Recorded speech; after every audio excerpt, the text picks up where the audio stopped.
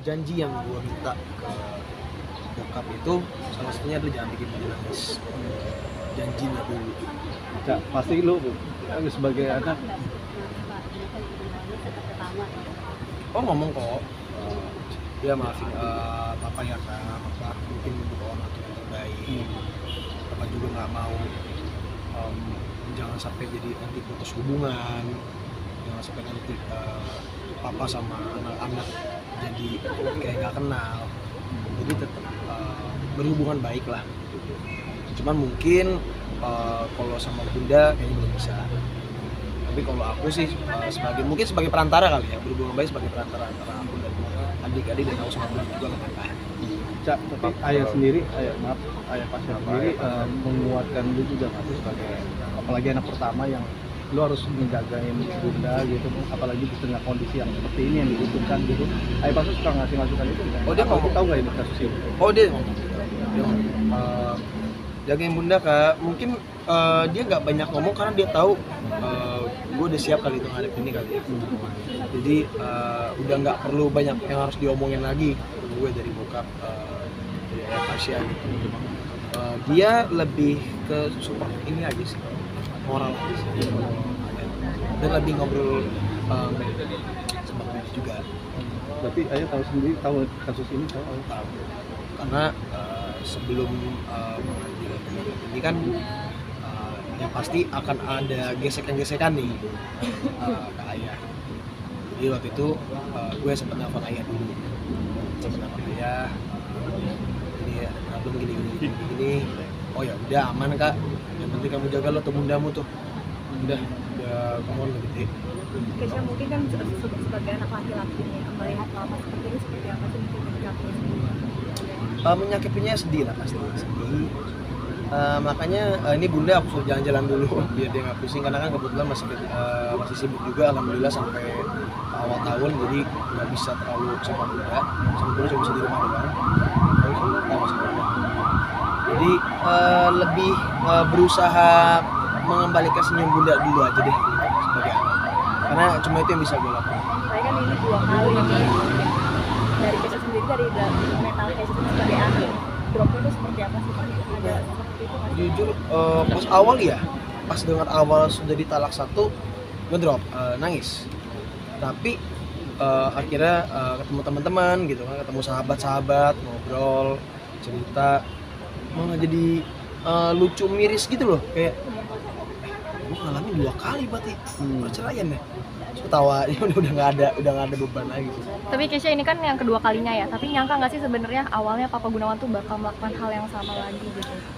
Tidak, karena gue juga nggak pernah berpikir yang jelek sama orang sih gitu.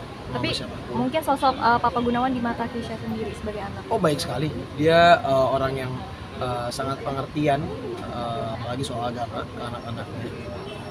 Karena jujur kalau dari papa ke gue ke Syakina, ke Nasya itu apa ya, sangat berbeda gitu. Kita anak-anak yang rebel tuh, anak berontak terus kalau dikasih tahu kan. Sedangkan dia dia sabar, dia ngerti, dia mau ngomong pelan-pelan dan sebagainya. Nah ternyata malah jadi masalah gitu. Itu jadi salah satu alasan kenapa minta bercerai. Jadi apa yang mungkin agak kecewanya karena kenapa nggak jujur dari awal. Maksudnya gue juga udah gede, gue udah bisa ngobrol sama lu kok berdua, kenapa nggak mau ngobrol gitu. Cak, ya jadi yakin Cak bahwa artinya pokok perceraian ini karena ada pihak kedua dalam hal ini mungkin dugaan perselingkuhan di luar itu Cak membenarkan? Kalau dugaan ada, cuman kalau untuk memastikan ada hubungan atau tidak, Allahu a'lam deh. Cuman kan sudah ada buktinya bahwa ya memang ada foto jalan bareng berdua dan sebagainya. Kalau bisa dibilang, kalau itu bisa dijadikan patokan untuk selingkuh ya monggo. Cuman kalau aku sih nggak bisa jawab itu. Tapi Caya sendiri yakin bahwa perselingkuhan itulah yang jadi? Iya, untuk iya dari bundanya ya. Oh dari bunda pasti gak. Bunda udah nggak serumah berapa bulan sama ayahnya, jadi udah nggak sarannya. Bunda tuh lucu tau, Bunda tuh gemes tau. Dia tuh tiap berapa minggu dia nyamperin. Walaupun dibilang lama banget enggak ya, karena kan Bunda juga ada kerjaan gitu. dan biasanya nyamperin papa itu sama adik-adik. Jadi kenapa nggak lama, karena adik-adik harus sekolah juga gitu. Makanya dengan kemarin bunda terakhir mau nyamperin dibilang nggak usah, udah aneh gitu. Udah aneh. Dan aku pun baru tahu cerita ini setelah rame, bunda baru cerita semua. Loh kok ngomong juga lagi nih ke aku nih gitu. Ada emosi saat nggak sih mungkin sebagai anak cowok mau gentleman ke ayah Gunawan? Emosi cuma pas bunda nangis gitu. Makanya Cak, lu kayaknya kuat banget, apalagi sorry ini kedua kalinya, dan lu jadi anak pertama di sini, lu harus lindungi adik-adik lu harus lindungi ibu lu sendiri kayak gitu. Nah, ada perasaan beban tersendiri nggak sih buat lu sendiri? beban enggak, tapi mungkin malah lega kali ya, karena untungnya kejadian ini terjadi ketika gue sudah lumayan mengerti gitu. Jadi kalau dulu kan nggak ngerti apa-apa, cuma ikut-ikut aja, cuma ngeliat. Kalau sekarang udah tahu pokok permasalahannya apa, terus bisa menjadi penengah juga untuk dua pihak, bunda sama papa. Bisa lebih menguatkan bunda lagi gitu, karena sudah lebih nyambung ngobrolnya sama bunda sekarang. Lu juga ngelarang bunda Iya, untuk tidak menikah lagi itu gimana? Iya sih, maksudnya iya kasih ya, capek kok pasti kayak gitu. 2 kali, terus juga anak kan udah 4, maksudnya mau ngapain lagi, fokus aja ke 4 yang ini, jadi ini 4 yang ini. Takutnya nanti ketika menikah lagi misalnya, tapi kan tetap jodoh nggak ada yang tahu ya, cuman kalau dari gue sih gue nggak tahu, karena takutnya terjadi hal yang sama lagi, amit-amit bunda gimana nanti, gue nggak kebayang. Gimana apa ke adik-adik Ken? Adik-adik, untungnya adik-adik yang cewek ini juga kuat juga anaknya, maksudnya nggak yang nangis apa, malah mereka nggak nangis kayaknya deh, yang nangis gue doang. Ya mereka nggak nangis, mereka malah ya kok gitu sih, ya udahlah biarin aja lah, yang penting bunda gini. Jadi mereka lebih fokus ke bunda.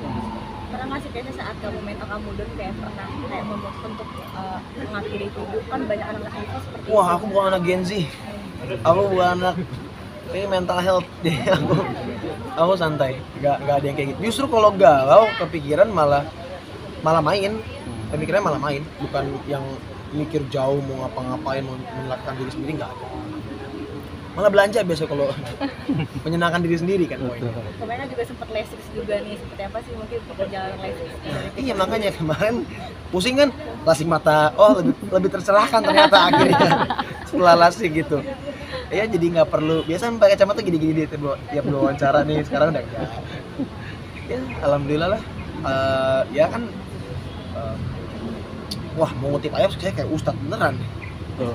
Kan Inam Aris bersama sebentar ada kemudahan. Bismillah, ini jadi penguat lagi untuk gue, nyokap dan juga ya.